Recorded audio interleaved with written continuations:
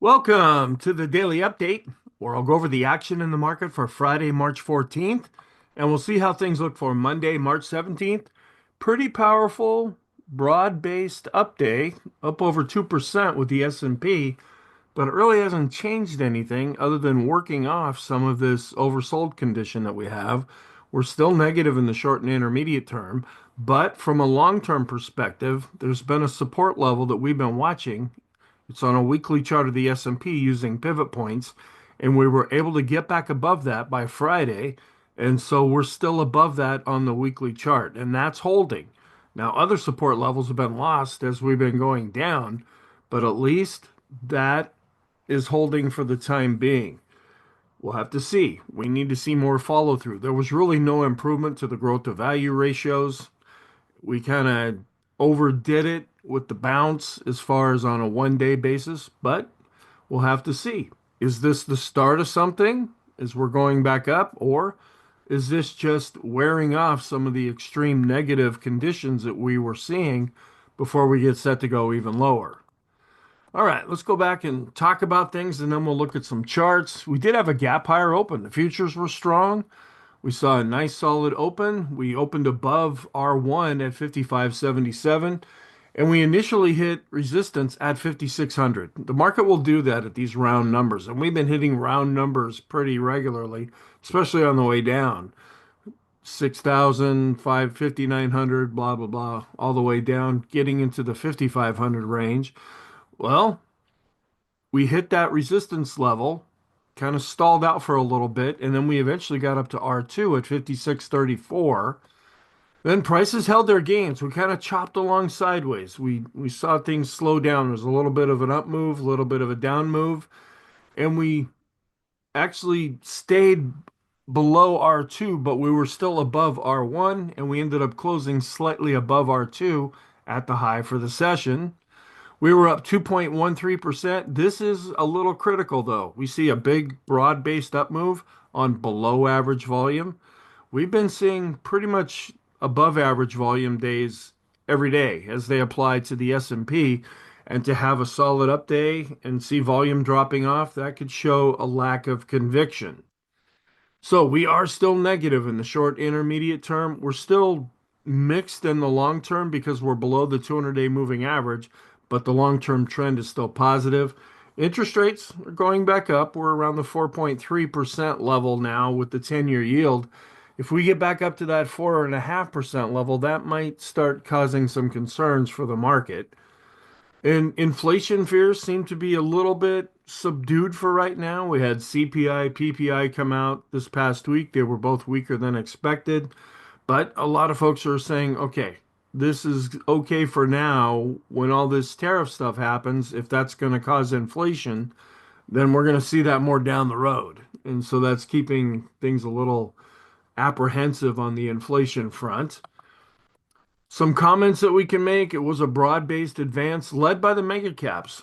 And now there's this whole buy the dip thing that a lot of people like to do that I don't do, but people do it and I watch it while it's happening because sometimes that can lead to something where the mega caps have really been getting hit hard lately. They actually had a good day on Friday, and there was a vote. This is a political tool, a little game that goes on with every time we get close to something like this, and at the last minute, they ended up averting a shutdown. And then there are some trade tensions that are easing right now between the US and Canada. That's been kind of at the forefront lately. And then there's news out there that China may soon, I mean, we don't know, soon provide more policy stimulus. This could help the Chinese economy, which is really having trouble right now. And that impacts the US economy because so many S&P 500 companies do business with China. And we did bounce back out of correction territory. Now, I track this on an intraday basis, but most folks tend to look at this on a closing basis. With the nice bounce that we saw, we're just on the lower edge. We're coming back down from that 10% decline from the all-time high that we set. We're back more into the 8 range or so now. And we are holding with this long-term support that I mentioned earlier, and I'll show you a chart of that. We're coming down with the VIX. We're at 21.77, but we're still above 20, and that's when things are more negative. Gold, it broke above 3,000, but then the last time I checked before I started recording, we were just a little bit under that. And that's seen as a safe haven. That's where people get into gold because it's always been around, it'll always be around. If you have physical gold, you'll always be able to have food and buy a house or whatever gold's worth at that particular time. But it's what people really go to when they're uncertain about the future. Now, our short-term list is really a lot shorter than it was before Friday's session. It's still kind of long, but a lot of our momentum indicators that we look at are off the list right now. We look at the short-term ADX, that measures the condition of the trend. We're above 40 with that. Now, there's nothing magical about 40, especially in the short term. We just like to make note of that when it gets up to that high level, because usually that might mean that the trend is getting ready to weaken at some point. Not, it doesn't measure direction. It just measures the strength of the trend. We're still extreme with the 20 period exponential moving average with the S&P. The rate of change going back 10 and 20 periods is still extreme. The stochastics and the slope oscillator, that's still going down. It takes a while for these momentum oscillators to actually shift if they're going to turn back positive. And then we're still far away from the 20 period moving average. There's a lot of damage that's been done that hasn't been repaired even after the nice day that we saw on Friday. In the intermediate term, we're still far away from the 50 period moving average. The TTM squeeze is improving, but it's still extreme negative, and the Sean trend meter is also extreme negative. We still have a non-confirmed Hindenburg Almond, but with the chart that I have, there's a 1 day lag with that. So we won't get Friday's data until after Monday. So maybe that will generate something. But as of the weekend, we don't have a confirmed Hindenburg Almond yet. No changes to the overall scenario. The Fed seems to be okay with where things are at. Now they're going to be meeting in the upcoming week, and they're going to make their announcement. They have that report that they come out with now that the market fixates on. There's the statement that they make. There's the press conference. So that'll be on Wednesday, and that's going to be really focus. It's always a big area of focus for the market, but with all the things going on right now, it will probably even deserve much more attention. And they're not going to do anything with rates, but it's going to be what they say. And then on Friday, the dollar was down. It's been getting hit hard a lot lately. It bounced up in Thursday's session, but then it was back down in Friday's session. Interest rates are also going back up. We're at 4.31% with the 10-year yield, where we had been at 4.27% on Thursday. We're still extreme negative with sentiment. We're well below that 25 level. We're coming in at 21, where after Thursday we were all the way down to 15. So folks are still extreme. And we've been camped under this level for quite some time now. And we're no longer inverted with the 10 to the 3 month yield. That's kind of changing every day. It's like Wednesday, they were even with each other. After Thursday, we went inverted again. After Friday, now we're not inverted. I'll show you the chart near the end of the video of that. We're still negative with our trend. The ADX is still above its moving average. The red line is still above the green line. And because of the update, the bias is positive, but our momentum is still negative. We need to see more than just one solid update to turn this thing around and get it back to looking positive.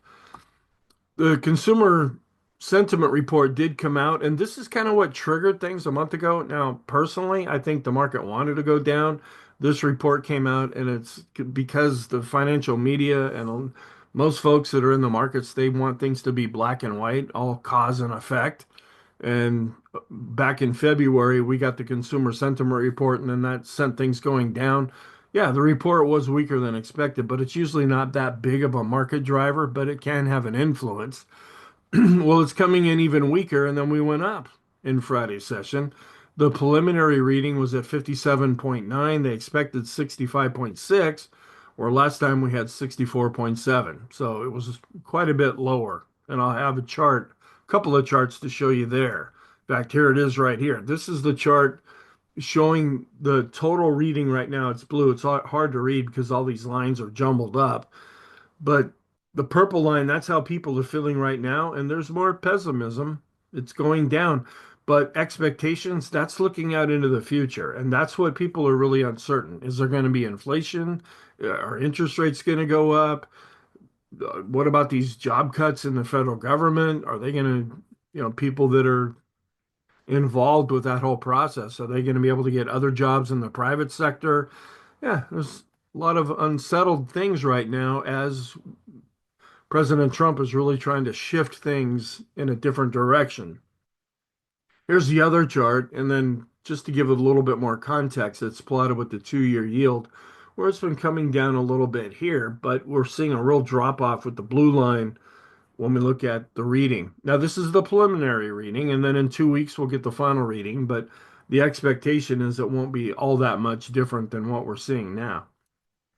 Then, looking at some Isabel Net block charts, we get this chart periodically, and it just shows that earnings estimates are ahead of realities. That even though the earnings estimates going out into the future have been coming down with their forecasts, they're still seen as high. It's this red dash line is quite a ways above any of the other lines that we see here on the chart. And then this is kind of an interesting chart, and I had to blow it up here in the bottom just to try to bring up that little box. It says S&P 500 performance after it enters a 10% correction, but doesn't go into a bear market. That's actually when we drop over 20%. And what does the market do after that if we're able to avoid actually going into a bear market? Well, here are the times with the green diamond here when that type of thing happened. And then what happened after that? We were up 75% of the time. And then 3 months, that's a month later. Then 3 months later, up 83 and a third percent of the times. And then 6 and 12 months out, we were up 100% of the time. So this is seen more as a deep cut to the overall upward trend, just a more severe decline than what we usually see, according to this data here. And then, how often does a correction turn into a bear market? See, we got into that 10% area after Thursday, and now it's like, oh my gosh, is this? And we don't know the answer to this yet. But when we hit that 10% level, that's when we start to see charts that deal with that. And about 25% of the time is when we actually go into a bear market. 75% of the time we don't. So the odds are in our favor. The recent performance of the S&P is consistent with a market that is pricing in more recession risk. So the orange line, this is what we're seeing now. And that's what the debate is going on about. And we'll just take the data as it comes out. We're really watching the employment situation because that's still holding up and looking strong right now. And so we'll see if we end up drifting into a recession at some point. And despite recent large earnings growth differences between the Magnificent Seven and the S&P, Goldman Sachs is thinking they're going to converge more with each other as we go forward. Who knows? Those are still the real driving companies, the Magnificent Seven.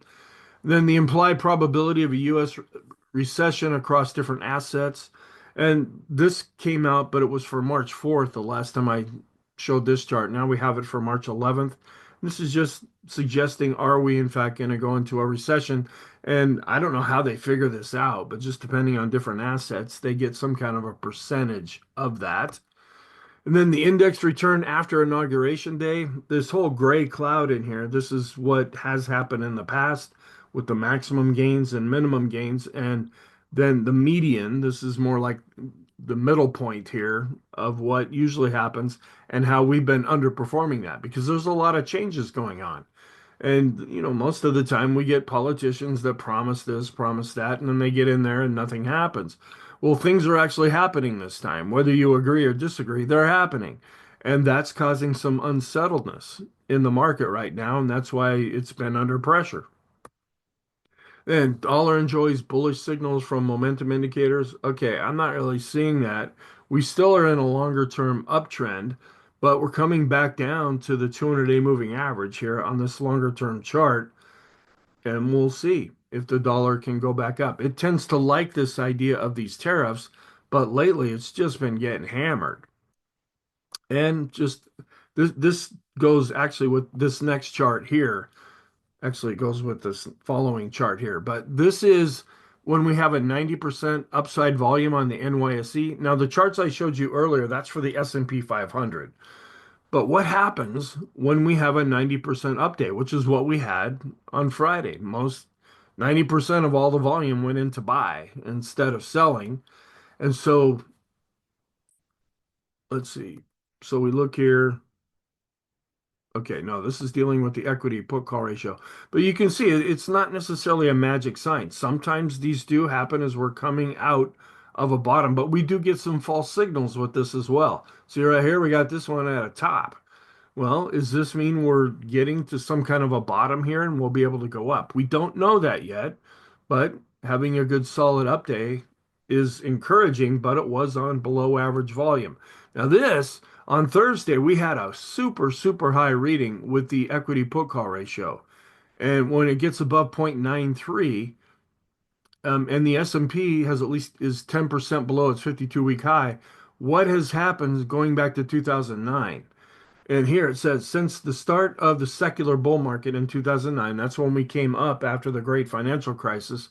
Whenever we get above 0.93, which is what happened on Thursday, and the S&P was less than 10% off of its highs, as it did yesterday, stocks were higher 12 months later, 100% of the time, with the median return of 22%. So we don't know if this is turning into something more, but when similar things have happened in the past, it has led to good things. All right, so we did gap higher right at the open, right around the R1 level. We stalled out right at 5,600, came back down, set up a little bit of a base, and then we took off higher, got up to R2. That was it for a while. Then we just treaded along sideways, saw a little bit of buying going into the close and closed at the intraday high. And pretty much flat with the after market session when we get set to close down for the weekend. But the futures were strong, and that just carried over into the cash session.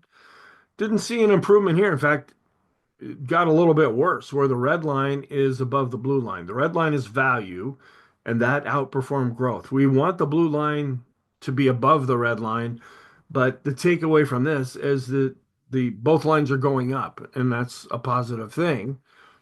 And kind of going along sideways, we want to watch the growth to value ratio for the S&P. You see how it's been coming down lately as the S&P's been under pressure. That started right around the middle of February. Well, is this the beginning of something going back up?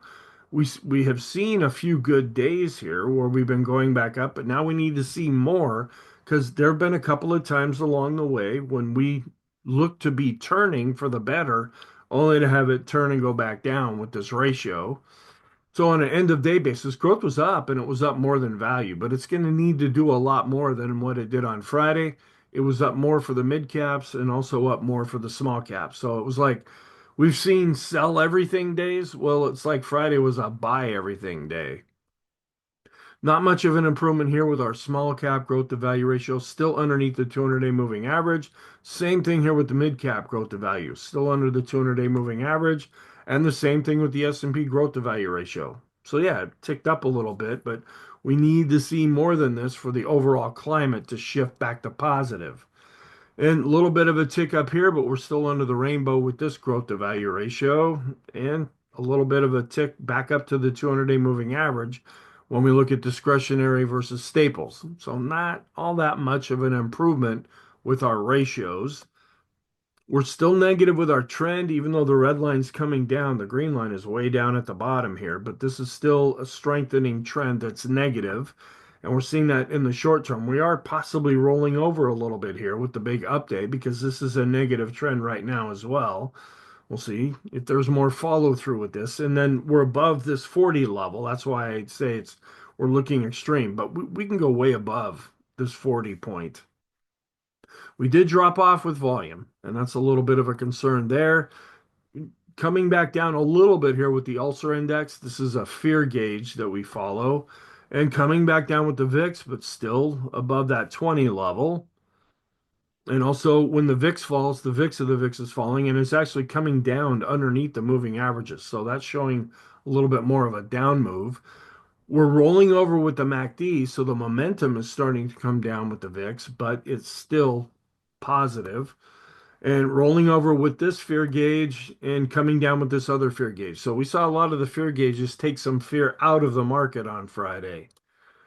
And we're keeping an eye on this because this spread is still continuing to go down, which if you go back to this other chart, that means it's going up.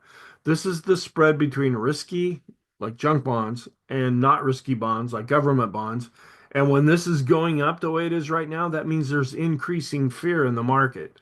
Now, this next chart is an inverted version of that previous chart, just to match it up with the S&P and with the VIX. But this is still continuing to go down here.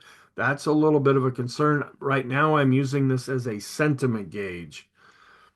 And we really dropped down here with the equity put call ratio. That chart that shows this huge spike up that we saw after Thursday, well, it really came down on Friday, but we're still going up with the 5-day chart and we're going up with the 10-day chart of the equity put call ratio.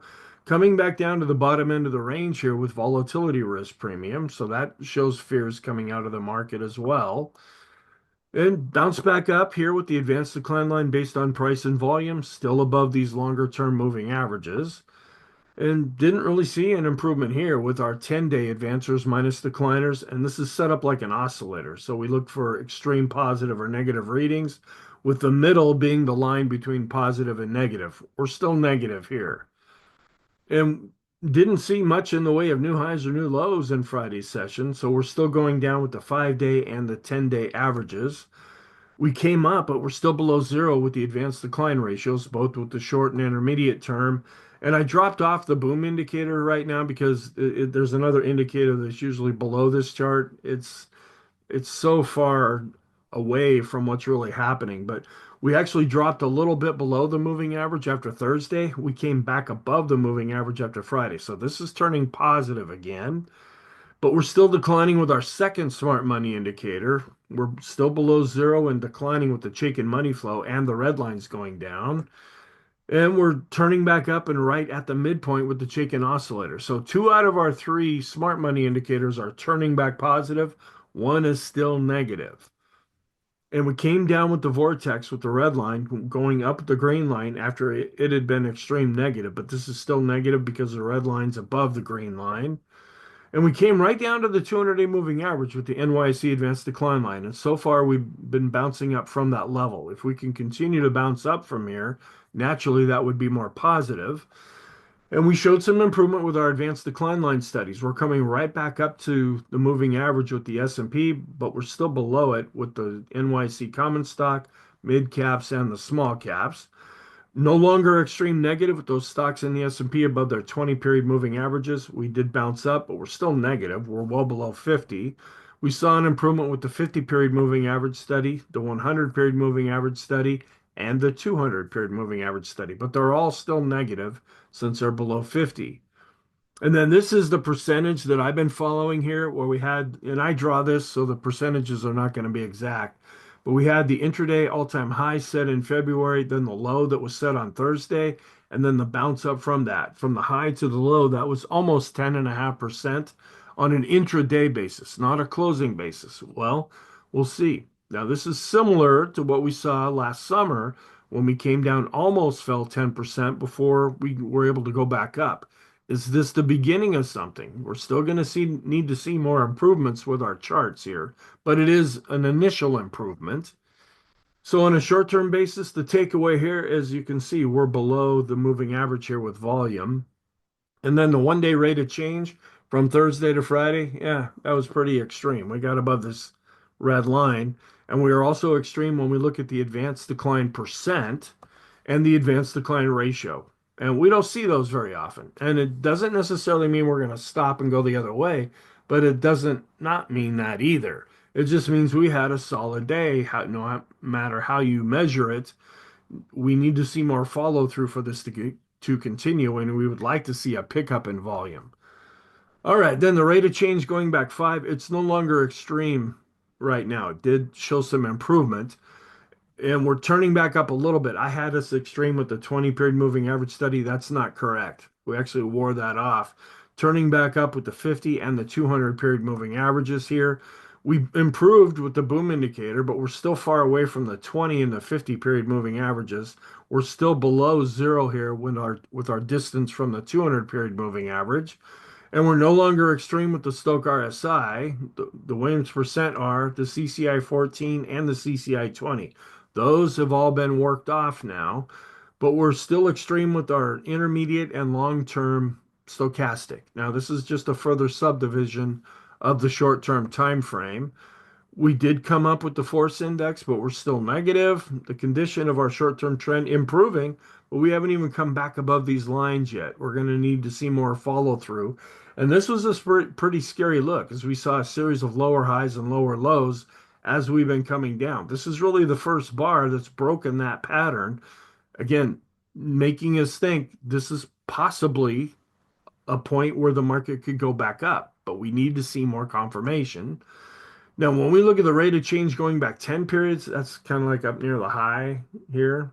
We're improving, but we're still below this pink line. That is still extreme negative. And the same thing with the 20 period rate of change. It's improving, but still extreme negative. We were in the -3 channel with our standard deviations chart. Now we've worked our way up to the -2. So that's an improvement. Intermediate term, after almost getting extreme negative with the balance of power, we are bouncing up, but we're still below zero. We're still purple here with the go, no go bars. That's negative, bouncing a little bit off of the lowest low value here. We're still extreme negative with the TTM squeeze, but we switched from the dark red over to the light red, and that could be an improvement. And longer term, just showing how we were getting a very, very negative reading here, longer than what we've seen on this chart before we're showing a little bit of an improvement. And then the rate of change going back 50 periods, an improvement here. We're just trying to come back above this green line, which is matching some of the lows that we were seeing back in late 2023. Still moving pretty quickly here with the standard deviation, but with the update, it's slowed this down a little bit. This measures speed, not direction.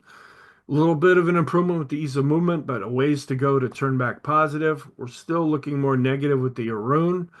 We're no longer extreme negative with the McClellan oscillator for the S&P. That's coming up out of this -60 area, but we're still going down with the summation index based on price, but you can see it, and it might be hard to see. We're barely ticking up now with the summation index based on volume. So there's a little bit of a mixed picture with these two charts. And we improved with the NYSE McClellan oscillator, but we're still below zero. We're declining based on price and volume with the NYSE summation indexes. We're ticking up barely here with the Swindler trading oscillator based on price and volume, but both are still below zero. Momentum is still negative. The PMO is going down and we're dropping below this green line, which means we're getting extreme negative. We're continuing to decline based on price and volume. We're no longer extreme negative with the PMOs that are rising. That improved, but we're still going down with the buy signals and we're still going down with the PMOs that are above zero. We've gone from negative to neutral with the Elders impulse system for the S&P, but we're still negative with the parabolic SAR. We're still extreme and negative here with the slope oscillator. We're still extreme and negative with the MACD. And looking at all of our oscillators, they're all pretty much extreme negative. The longer term ones, we're starting to get extreme there too. So if the market's going to make a stand, we're showing still some extreme negative readings. And we're turning up a little bit, but we are also extreme here with the Copic curve. This is a longer term look, just to give you some comparison that we're dropping lower than what we've seen before. So this could be a good point for the Copic curve to turn back up if we see more follow through upside. We're still extreme. This is actually going down with the Sean trend meter. It's extreme negative. A little bit of a bounce, but still negative with the money flow. And the NASDAQ 100 bullish percent index is no longer extreme negative.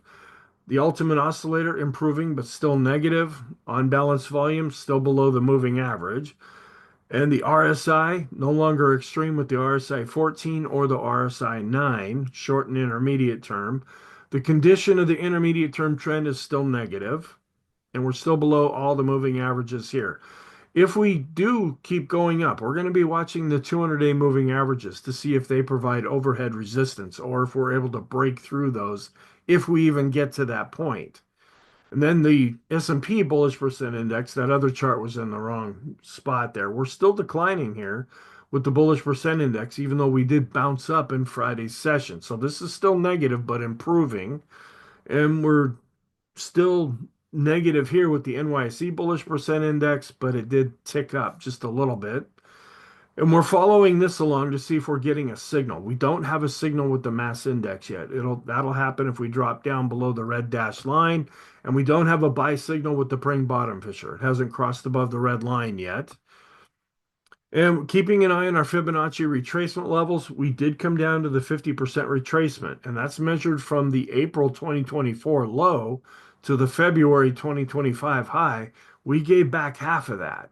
And this might be a point where the market is at least going to try to make a stand and go back up from here. This is the long-term chart, and to me, this is quite important. This is a weekly chart of the S&P. We were down below this pivot point after Thursday. We were able to get back above it after Friday, and since this is a weekly bar, it shows that this P right here, this pivot point, is still holding for the time being. And showing a little bit of improvement with the Heiken Ashi, we have a lot of black candles, and then there's one more additional candle for Friday. Showing some improvement here with the Kegi chart. It's actually turning black, which is positive and pointing up. But we're still negative with the Renko chart, and we're still negative with the three-line break chart. Long term, this is negative.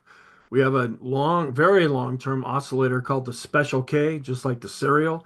It's dropping below the red line, and we don't get a lot of signals from this. And this is still turning more negative.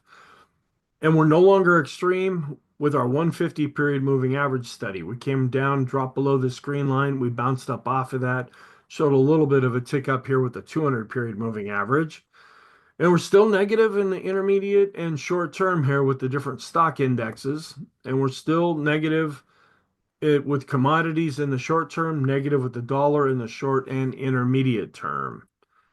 All of the sectors ended up being positive. Now, what's encouraging is we had tech being the leader, and we need to see that remain the leader for us to be more positive. That's a growth area. Discretionary had a good day. We need to see more of that.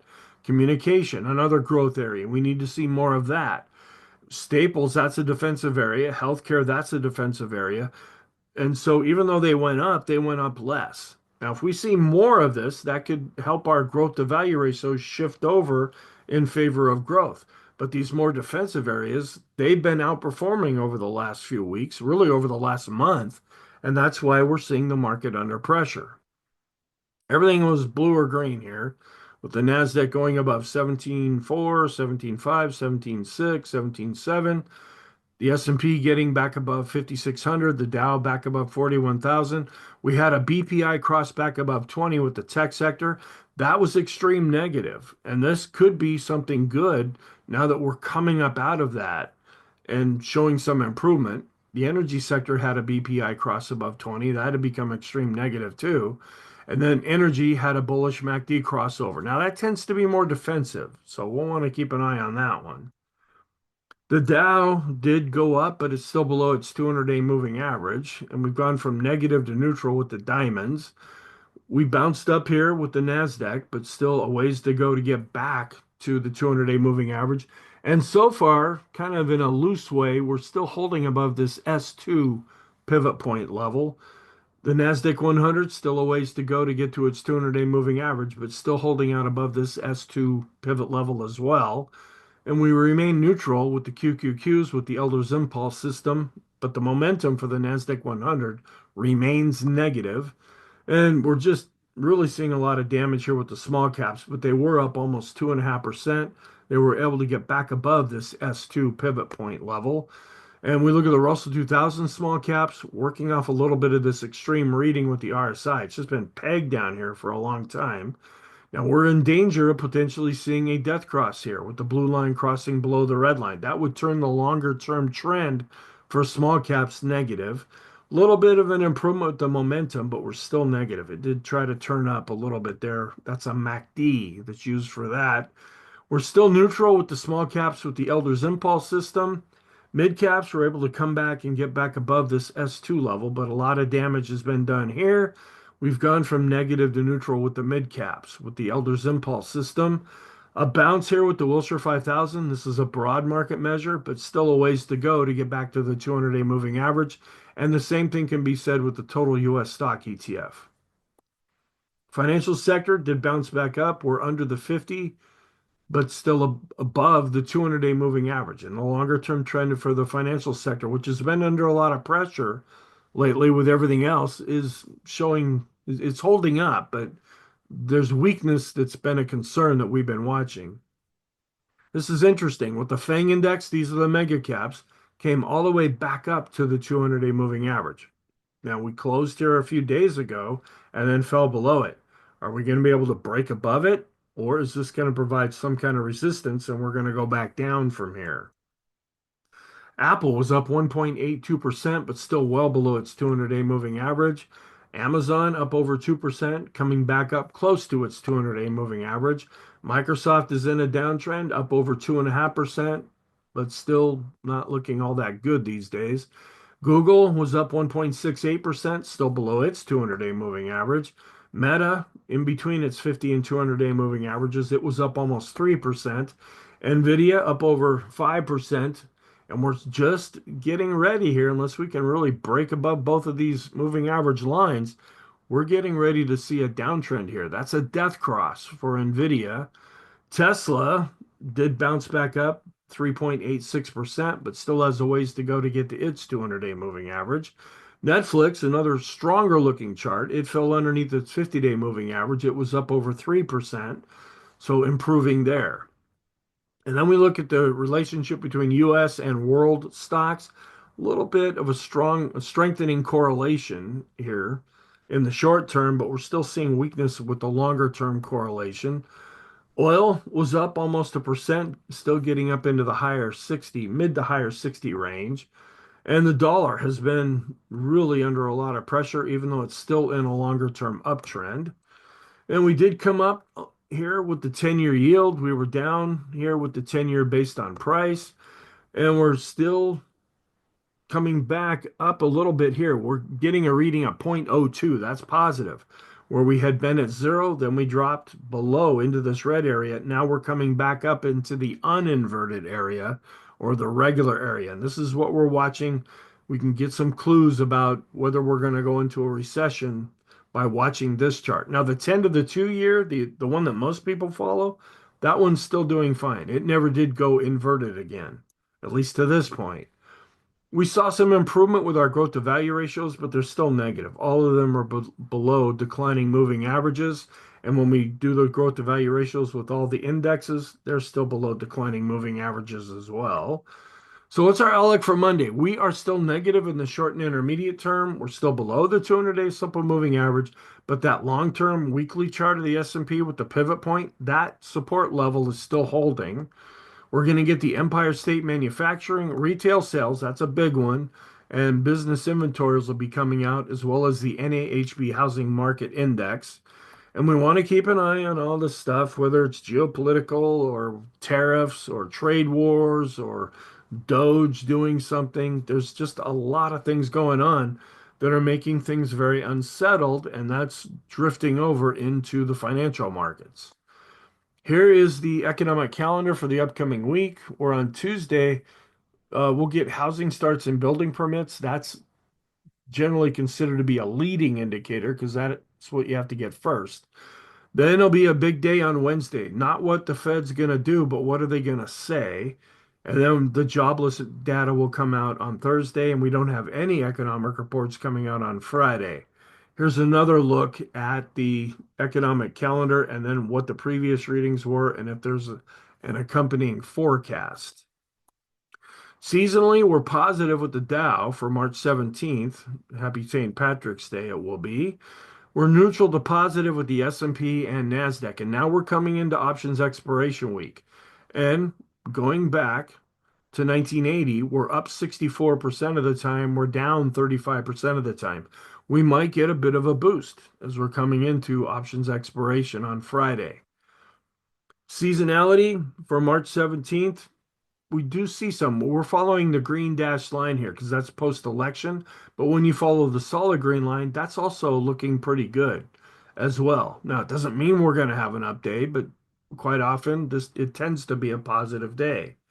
Now we're coming up into the second half of March, where the first half of March is the second best performing 2 weeks of the year. Tell that to 2025. It didn't happen.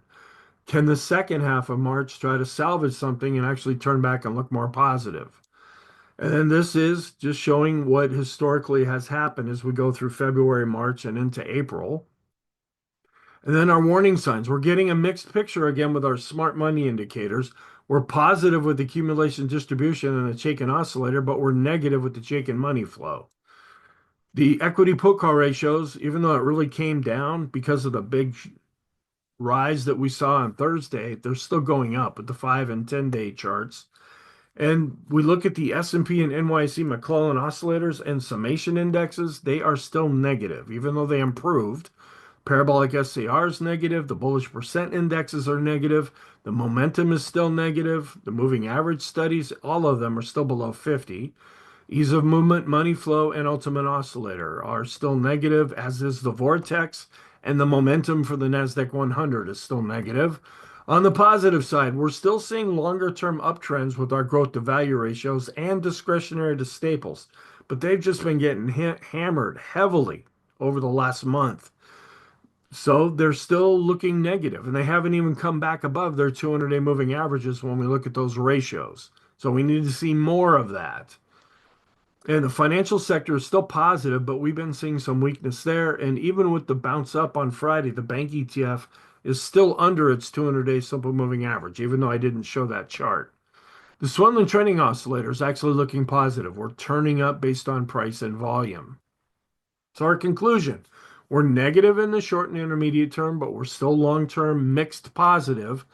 The reason it's mixed is we're below the 200-day simple moving average. In the short and intermediate term, we're negative, but we're bouncing from being oversold or extreme negative readings with our indicators. We're still mixed to positive with the long term because trending we're positive, but we're below the 200-day moving average. Thank you. I hope you found this helpful. I hope you have a wonderful weekend, and I will talk to you in the next video.